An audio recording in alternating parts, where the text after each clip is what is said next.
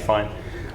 So what's a typical day like here at the British Council? What do you do on a typical day here? Well, I work as a customer service assistant. Is that your official title, customer service assistant? That's what comes on my signature on Outlook on my emails. So mainly it's face-to-face with customers, both from teaching center and from exams, and helping them out with all their registration procedure. So you deal with the classes on a day-to-day basis and with exams, Cambridge exams? Yes. So any inquiries that come through would come through first through us, me and my other colleagues, and then, well, to whoever can answer if we can't. And what do you enjoy about the job? What are the nice things about it? Well, the direct contact with the customers is very nice. I mean, it's really nice getting that feedback of how much they enjoy the classes, or when they're happy about how we've been dealing their exam or things like that. But on the other hand, we also get all the complaints. So that's so they say it's a weapon. It can be very nice, but it can be really sometimes embarrassing because we do make mistakes and they get mad at it. Okay, so it's your job to give them customer service and help them with their problems. Yeah, try to calm them and give them a solution, or give them the person that will make it disappear. What hours do you work here? Well, from 1:15 until 8:30, I do all in a go. Okay. I don't have a lunch break. So that's Monday to Friday? Yeah, Monday to Friday, and exceptionally sometimes some Saturdays if we're in registration periods or exams. Yeah. And what do you do in your spare time when you're not working? Traveling, going to nice restaurants. Traveling, you mean outside of the city? Yeah, I mean, just in a normal week, I would just go, well, maybe to the mountain to do some hiking, light hiking, and then I like going to like nice restaurants. I'm always like checking on internet what's best rated and posh, but not that expensive. What's your favourite dish? Lately, I've been going to many places that are doing fusion with like Japanese. They're mixing Japanese and Mediterranean food. So I love Japanese food. So anything that has to do with that. Emma, how did your English get so good? I mean, your English is wonderful. Can you give any advice for Spanish speakers watching this who want to improve their English? Well, I must confess I had a shortcut because my mother is English. So right. Did she speak English at home with you? Yes. Both me and my sister were not completely bilingual because we used to reply in Spanish. My father used to speak in Spanish, so all my schoolmates, it was a Spanish school, so everything was in Spanish. So my only English came from my mother, but still she always spoke to us in English. And when I got older, I started to make the effort of replying in English and all that. So English was always there in the background, but you never actually used it, you didn't speak? Yeah, I didn't. English. I mean, when I was a kid, I would make a mixture because I didn't realize what was English and what was Spanish. So you would just drop words in English, words in Spanish, and it's when you go to school that you realize that other people call manzana instead of apple, and it's, no, it's apple. You get into a fight of, no, it's apple. And then it's manzana. Yeah. But I remember that with boiled ham, but for me it was pink ham. So it was like, when I got to school and there was jamón de York, I was, what's Jamón that? de York. I've never had, I don't like jamón de York, I don't like jamón de York. And I did, but it was pink ham and I didn't know. So you've recently come back from Texas, in USA. Yeah. How long were you there?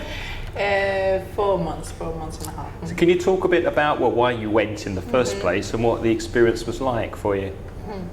Well, it was a great experience, really American experience. I went there because while I was working here, I was studying industrial management engineering here in Polytechnic. So with an exchange program, I got this opportunity of going there. And was it like an Erasmus thing? Or? Yes, but for Erasmus it's just for Europe, and this Okay. program, which is unique for polytechnics, other universities don't have it, but it's similar. You have to do the same procedure to apply for it. It's called Promoe, and it's for other countries. Is it an arrangement directly with the university in Texas and here in Valencia, or not? Yeah, but it works the same as Erasmus, so it doesn't have to be that a student from Texas comes here and one from here goes there. It's the same as Erasmus. It's like a network, so students just are moving from one country to another. But the same as here, it's just for Polytechnic. I guess that outside it's also just certain universities in this exchange program. So what was it like? I mean, how did you feel about it? At first a bit lost because I was in a really small, they call it town, but I wouldn't even say that's a town, but for them it was town. Mm-hmm. Where mainly you had a campus and just some houses, and then they just, well, everything in Texas is big, so it's all spread out. Yeah, it's a slogan now, everything in Texas. Did you need a car to get around, or you could walk? I mean, I could walk, but I was the weird one walking around. I could walk because Stephenville is really, that's the place where I was, is really, really small, so you just had the campus, the typical shopping area, like the ones you see in the TV series, with the great big parking place and the shops, the big shops around, no small shops like here in Valencia. Yeah. Yeah. I mean, you could walk, but it's not prepared for you to walk. You had to walk by the cars. You didn't have a proper pavement or anything.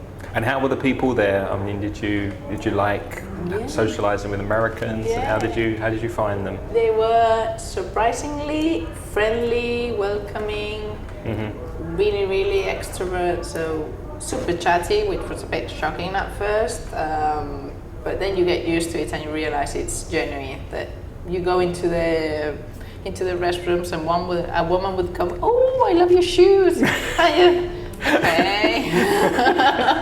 and then a young person will also say that, and you're like, okay. Do you think it's changed you at all? Do you think you've become more open and extrovert as a result of spending time there? I think did it bring you out of yourself? A bit. And because when you go with these exchange programs, you have like the big brother effect of suddenly you love everybody and you're hugging. So it's weird how getting someone out of the context of their family and friends makes them look for kind of love in other ways. So yeah, I think maybe I'm not suddenly more extrovert because in fact I'm the other way around, but you're more aware of how extrovert people can be and how nice that is when you're in it. And what was the nearest big centre? It wasn't Dallas, was it? Fort Worth. Fort Worth. Yeah, they call it Metroplex, which is because both have become so big, they have joined. So it's Fort Worth. Dallas is the Metroplex area, but yeah, Fort Worth is nearer than Dallas. And how did you find that? Did you go there often? Did you enjoy it? Not much, because there isn't any public transport, so I just went like 3 times. Once to see a rodeo, one of the things to see in Texas with all the bulls and horses and all that. It's quite impressive. Okay. I thought it was a touristic thing, but they're really in it. Well, was everybody carrying guns? No, at least not in Stephenville, but it's mainly students in Stephenville. So, but I did hear from my friends that during the weekend they would go with their parents to some shooting. So no, I didn't see guns, but I'm sure they were there. And in other areas they are. There's loads of ranch, so I haven't been to many ranches, but they have guns. Emma, now we're moving into the quickfire hot seat part of the interview, so I'm going to ask you a few short questions. Just tell me what you think. The quickfire hot seat. So, what makes you happy? What makes me happy? Being with friends, dancing salsa. I love it. I haven't danced for You're a a while. salsa dancer. Yeah, I love it. That really gives me energy. What annoys you? People changing the version of what they've said. Saying, no, I said, and you're sure. You're like, oh, I wish I had recorded that conversation. I'm You mean sure. lying or? I think because our minds are a bit twisted, sometimes you perceive a different reality. Maybe it's me who's perceiving it different, but the thing of, you kind of lie to protect yourself sometimes. So, That's interesting. Yeah. What one thing, if you were to tell somebody about you, would they find it difficult to believe, apart from maybe going to Texas for a few months? Well, for example, when I was in Texas, because that's when I've been meeting new people, they found it difficult to believe that I'm shy. Because once I get confident, I'm like crazy, I'm a clown and all that. but in fact, I'm shy. It takes me a while to get to know someone. To me, I struggle when I'm put with a new person. I'm not good at small talk, so I'm really like in my mind thinking, what can I say? So yeah, shy. Which famous person, dead or alive, would you like to have dinner with? I just saw X-Men this week, so I wouldn't mind seeing Hugh Jackman. But there's a salsa singer, Gilberto Santa Rosa from Cuba, which I'd love to, not as much dinner, but for him to sing, and he's got such a deep voice. I love it. Finally, if you could change something about your character, what would you change? You've mentioned, Shyness. I thought you were going to say shyness. Yes. I wish I was more. You don't seem shy at all. Because I know you, Craig. Oh, okay. And maybe because I come from the chatty Texan people. But the thing about sort of this making social small talk, I've been reading some books about that, and it's really interesting. It's more like the noises you make rather than what you say, and I don't really like that, being in those situations of like having to say rubbish just to because you're at a party or because you've been introduced to somebody. But it's really interesting. There are books that help. I'm trying to get better at that, and it's just like just finding something to say, using the right intonation, making the right noises, and people don't really listen because it's just there as So like a few minutes until you get to like the real kind of something interesting. Yeah. It's something that everybody does. I mean, when I was young, I would not even want to phone. You need to make a reservation. No, I'm not phoning. I've changed with that, but I was to that extreme. Oh no, even today I hate using the phone in English or in Spanish. I really hate it. I'm so happy to use email. Yeah, me too. and not speak on the phone. So there, it's not the same way. Anyway, thank you very much, Emma. Thank you for I know you have to. inviting me. I know you have to get back to work. Yes.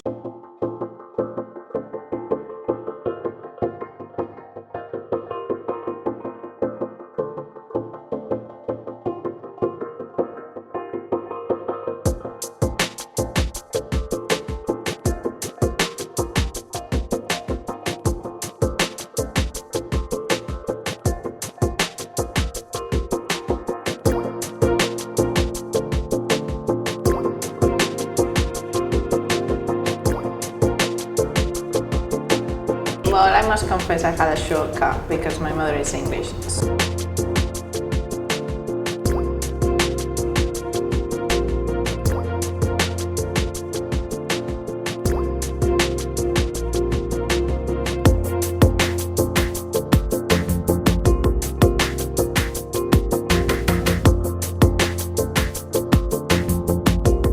Did you need a car to get around, or you could walk? I mean, I could walk, but I was the weird one walking around.